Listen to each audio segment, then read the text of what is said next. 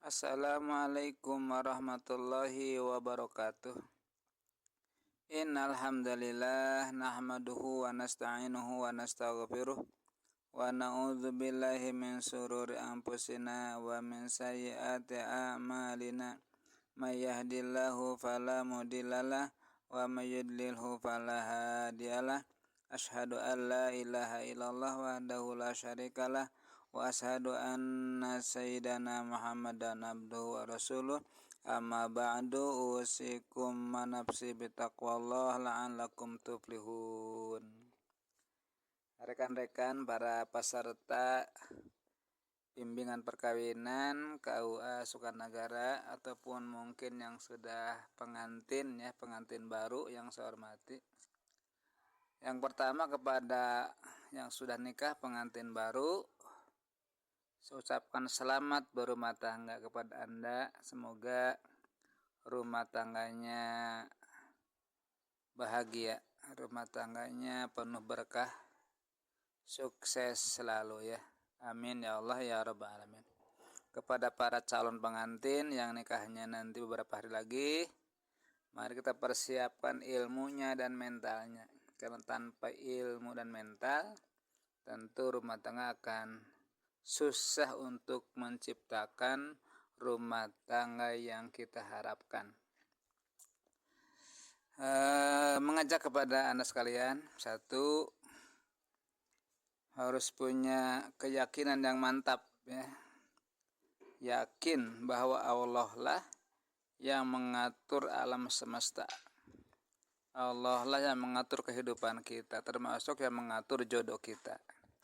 Anda punya pasangan nanti ataupun yang sudah nikah, itu adalah pasangan yang Allah hendaki, yang Allah sengaja menciptakan pasangan Anda. Meyakini jodoh yang terbaik dari Allah. Terus yakin ya. Artinya jangan dibanding-bandingkan dengan pasangan yang lain.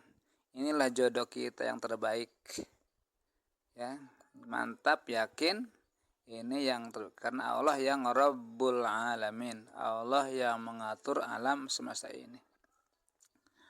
Allah mengatur jodoh kita, mengatur kehidupan, mengatur rezeki kita. Mengatur tempat tinggal kita nanti di mana, rezekinya dari mana, Allah yang mengatur. Ya, harus makin mantap jodoh ini dari Allah. Adapun wasilahnya, jalannya mungkin ya bermacam-macam alasan, bermacam-macam jalan ya. Mungkin kita ketemu di jalan, kenalan ya. Mungkin lewat medsos di Facebook, di Instagram ataupun di mana kita chatting-chattingan nyambung kan, mungkin saja. Ataupun mungkin dalam suatu pertemuan di mana ketemu nyambung, nanya, kontak-kontak nyambung ya. Ataupun lewat orang ketiga ya. Macomlang ya, ataupun panglayar maksudnya. Itu mungkin saja. Jadi inti nama, setelahnya kita sudah punya rencana nikah, yakin itulah jodoh yang terbaik dari Allah yang perlu kita pelestarikan, perlu kita syukuri.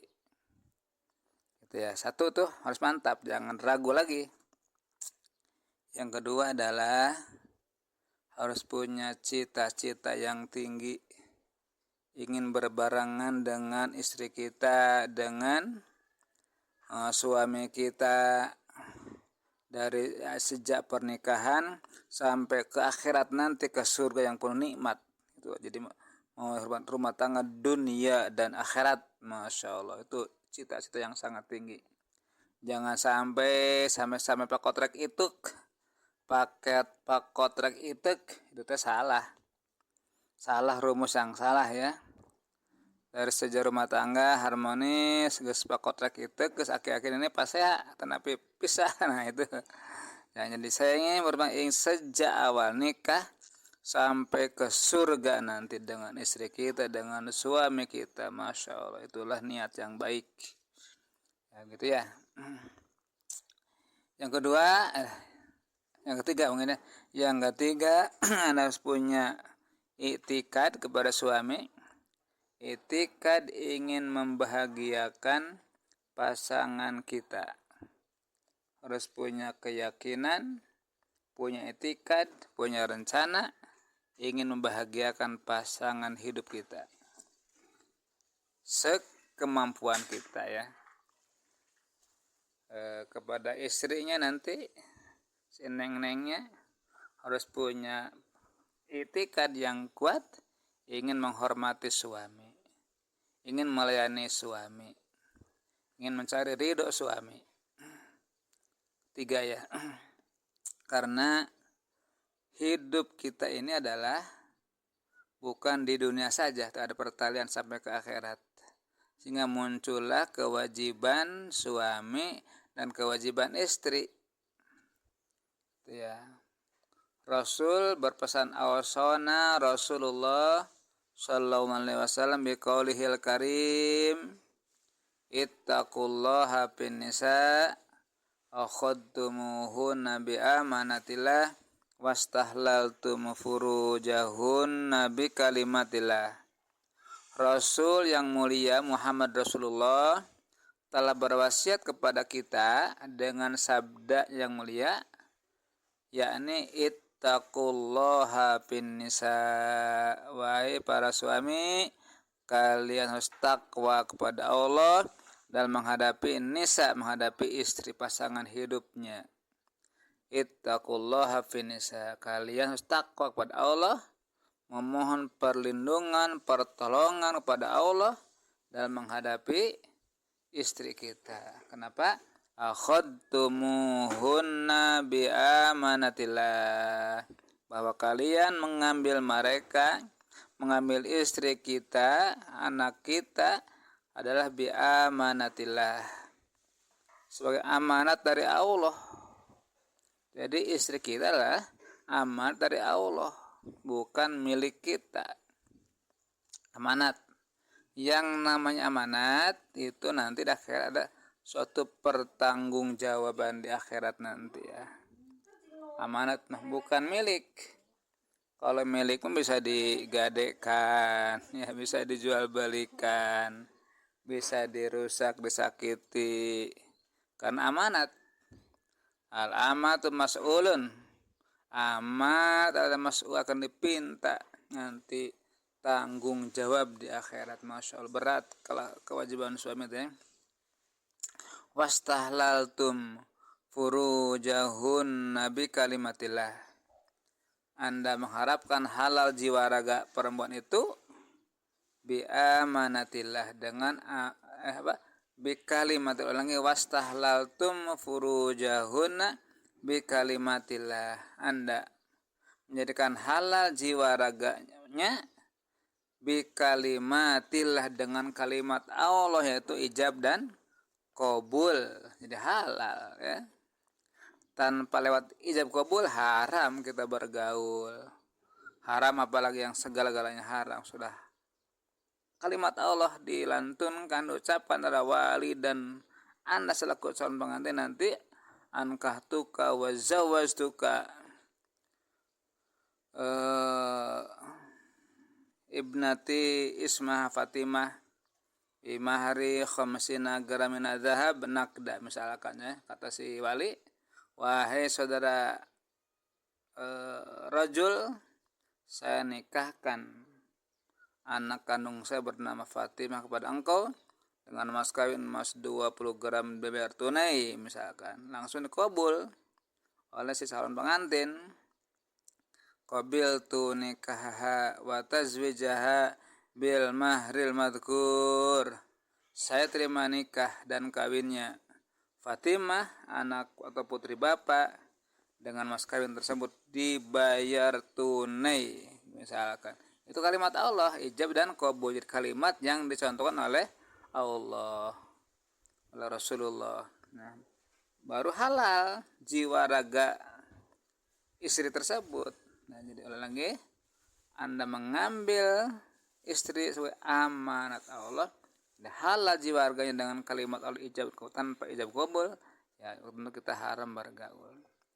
Maka muncullah kewajiban kita selaku suami, alimuhunna bil ilmi wal akhlaqil hasanah, berikanlah bimbingan kepada mereka dengan ilmu yang bermanfaat dan akhlak yang baik. Alimuhunna bil ilmi wal akhlaqil hasanah, berikanlah piwuruk, nasihat, bimbingan kepada mereka istri kita dengan ilmu yang manfaat dan akhlak contoh yang baik.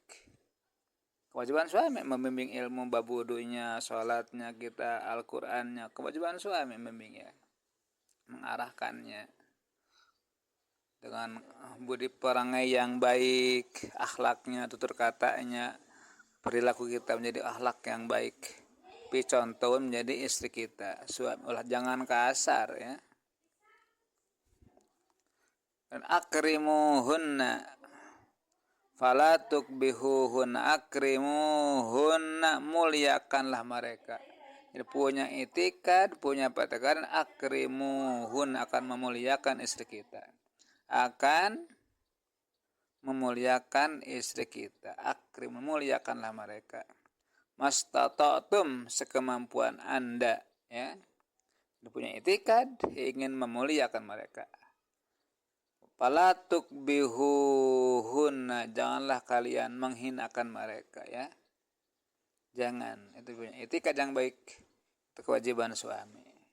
Begitu ya semuanya.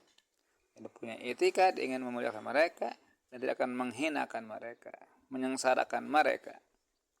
Mastata'tum, sekemampuan kita. Kemudian apa itu?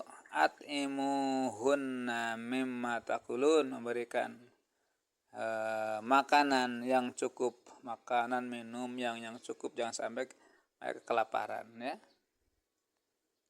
Jangan sampai kita selaku suami enak berpoya-poya di luar rumah sementara istri di rumah kelaparan. Di mimma takulun, dari apa yang kalian makan. Syukur-syukur kita kalau makan di luar ya bawa ke rumah ya. Jangan sampai kita enak di luar rumah sementara keluarga di rumah dengan kelaparan, itu nggak boleh. Waksuhunna mimma taksun, memberikan sandang yang menutupi aurat kita. Jadi kalau istri kita auratnya terlihat, kewajiban suami memberikan sandang ya, yang dipepantas gitu ya, digegelis ke orang ya, ke suamina ya. Waksuhunna mimma taksun, sekemampuan kita ya. Itu kewajiban suami. Kemudian harus ditopang oleh seorang figur perempuan yang sholihah. Meskipun suaminya sudah tanggung jawab, menghormati kita sesuai dengan suami yang baik, kalau pasangan hidupnya tidak sholihah, ya akan pincang. Harus suaminya tanggung jawab, seorang yang sholih, perempuannya harus orang yang sholihah. Jadi tadi pertama kan punya itikad, ingin menghormati suami, ingin menghargai suami, ingin melayani suami ya. Kata Rasul bersabda, khairun nisa'i imro'atun idza nadarta ilaiha sarratka wa in amartaha atau atka wa in ghibta anha hafidatka bimalika wa nafsiha. Dahulu Rasul, khairun nisa'i, sebaik-baiknya perempuan adalah idza nadarta ilaiha sarratka, di mana engkau wahai suami bertatap wajah dengan istrinya, sarratka, istrinya membahagiakan, penuh senyum kepada suaminya, marahmai budi payunan suami. Kapan itu? Kapan saja dan di mana saja. Jangan sewaktu-waktu fluktuasi ya. Jadi ketika suami sedang sehat, sedang sakit, sedang banyak uang, sedang bokeh, tetap syarat ka marah mai budi mungkin ridho dihukum jantan suami. Harus begitu. Jangan ketika suami banyak uang, sedang banyak rezekinya, sedang sehat, sedang gagah, manja kepada suaminya, manja lenda-lende bunga ya. Tapi suatu waktu suaminya diuji sama Allah nggak punya uang, lagi di PHK suaminya, mulai istrinya merengut, tidak semangat, uring-uringan, marah-marah, baud. Nah itu tidak baik. Itu ciri perempuan yang tidak sholihah, tidak akan benar rumah tangganya. Jadi bogoh nanti karena dunia anak wungkul ya, itu tidak boleh, berat. Kalau seperti itu rumah tangga tidak akan harmonis, tidak akan sukses. Tidak punya istri yang sholihah lah, itulah keindahan rumah tangga ya. Tidak banyak menuntut, tapi mensyukuri nikmat yang ada. Senantiasa marah mai budi payun suami, hormat ke suami ya, tidak macam-macam. Wa in ghibta wa in amartaha, atau ajka di mana seorang suami sewaktu-waktu minta bantuan, atau ajka taat melaksanakan perintah suami, itulah istri sholihah. Jadi minta apa saja selama kita mampu melaksanakan, segera laksanakan oleh istrinya, itu menandakan perempuan yang sholihah. Jangan nanti ya, itu dosa ya, karena kita sudah dihukum kunjung suami ya.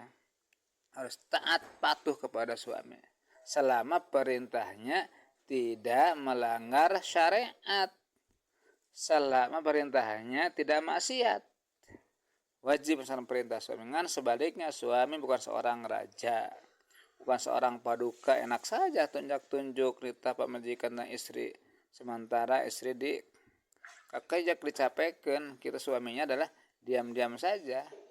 Itu tidak baik, tidak benar ya. Sewaktu-waktu minta keinginan tong dihesekeun tak ku suami teh, ku istri teh ya, segera respon. Itulah ciri yang sholihah. Apalagi diajak misalkan sesonoan misalkan ya, apalagi itu mah suatu mutualisme ya, harus senantiasa harmonis, ulah hararese dipiwarang ku suami teh ya. Nah selanjutnya wa in ghibta anha hafidot ka fi malika wa nafsa, di mana Anda suami sedang jauh, sedang nyaba, sedang bepergian, artinya jauh daripada istri yang baiklah menjaga rahasia rumah tangganya, menjaga dirinya, tidak mangpang-mangpang suami lagi tidak ada, poya-poya dengan temannya, menghambur-hambur uang, apalagi mendatangkan suami laki-laki lain, naudzubillah. Jadi artinya taat baik suami sedang ada maupun sedang tidak ada, tetap menjaga keharmonisan rahasia rumah tangga ya. Ulah hareupeun wungkul payeunan suarah taat nate, dimanapun sedang jauh tetap menjaga ketaatannya. Itulah ciri yang soleh. Insya Allah kalau suaminya sudah tanggung jawab, istrinya solihah, akan terjalin rumah tangga yang kita harapkan, rumah tangga kita barokah dari Allah Subhanahu wa taala. Gitu ya. Jadi saling menghargai, saling menghormati ya. Ketika ada masalah, bentrok, pasti segera minta maaf. Orang yang paling dahulu minta maaf, orang yang paling mulia di hadapan Allah Subhanahu wa taala. Meskipun tidak bersalah, segera minta maaf meskipun lawan kita yang salah, itu orang yang paling mulia. Jangan dendam ya. Jangan egois, jangan jaga image. Kita mah tidak salah. Harus segera minta maaf ketika ada masalah, jangan dendam. Orang yang paling jahat, orang yang diminta maaf tidak memaafkan. Wa naudzubillah ya. Allah yang sangat gagah, Allah yang sangat segala-galanya. Allah adalah zat yang pemaaf. Kita sebagai manusia yang lemah, kenapa harus dendam? Jangan ya. Nah, selanjutnya adalah Anda punya orang tua. Orang tua teh yang berjasa kepada kita, mengandung kita, melahirkan kita, mendidik kita, membesarkan kita, bahkan sekarang sampai ngawinkeun. Berjasa orang tua ini harus dihormati mereka ya. Jangan menyakiti orang tua kita, harus hormati mereka telah berjasa. Tanpa orang tua kita kan tidak mungkin seperti ini ya. Wajib hormati orang tua kita adalah berjasa. Nah sekarang sudah nikah, mertua pun sama harus kita hormati. Jangan menyakiti mertua dan orang tua ya. Orang tua dan mertua kalau kita hormati, beli hatena ulah sampai sakit orang tua gara-gara tingkah kita, ucapan kita itu tidak akan berkah ya. Kalau ingin berkah, hargai orang tua, hargai mertua, insya Allah berkah hidup Anda ya. Adapun rezeki mah jangan khawatir. Allah telah menciptakan manusia, makhluknya dengan rezekinya. Yang penting kita bekerja semangat, tidak malas, tidak gengsian, bekerja. Di kantor silakan, apalagi di pasar, ngojek, bertani, apa saja yang bekerja, semangat, tidak malas. Fa unzila alaika rizqo, kami kata Allah janji akan menurunkan rezeki kepada kalian. Di rezeki mah ulah khawatir orang lahir ke dunia teh tenyanak harta benda. Seorang bayi ku Allah diatur di rezekian, dibesarkan, bere milik rezeki na bagian-bagian masing-masing. Di rezeki jangan khawatir, yang penting kita bekerja semangat ikhtiar, nanti Allah yang mengatur kehidupannya. Yang penting halal gitu ya. Nah terakhir adalah Anda tidak akan berkah hidupnya jika tidak dekat dengan Allah yang punya segala-galanya. Artinya kepada Allah harus mantap beribadah kepada Allah. Ibadah yang mantap, baca Quran sing getol, tahajud, istighfar, sing jadi ahli ibadah sadaya keluarga, suaminya, istrinya, anaknya jadi ahli ibadah. Insya Allah hidup Anda akan berkah ya, menjadi ahli ibadah. Kunu ibadallah, jadikan sebagai hamba Allah yang berkah. Demikian ya, mudah-mudahan ada manfaatnya untuk kalian semuanya dan khusus bagi saya selaku pemateri. Selamat nanti dalam waktunya, insya Allah Bapak ataupun penghulu yang lain akan menghadiri pernikahan Anda ya. Nah, sekali lagi, jadi dari sekarang rubah sikap menjadi bekerja semangat, ibadah semangat, orang tua hormati. Demikian akhirul kalam. Assalamualaikum warahmatullahi wabarakatuh.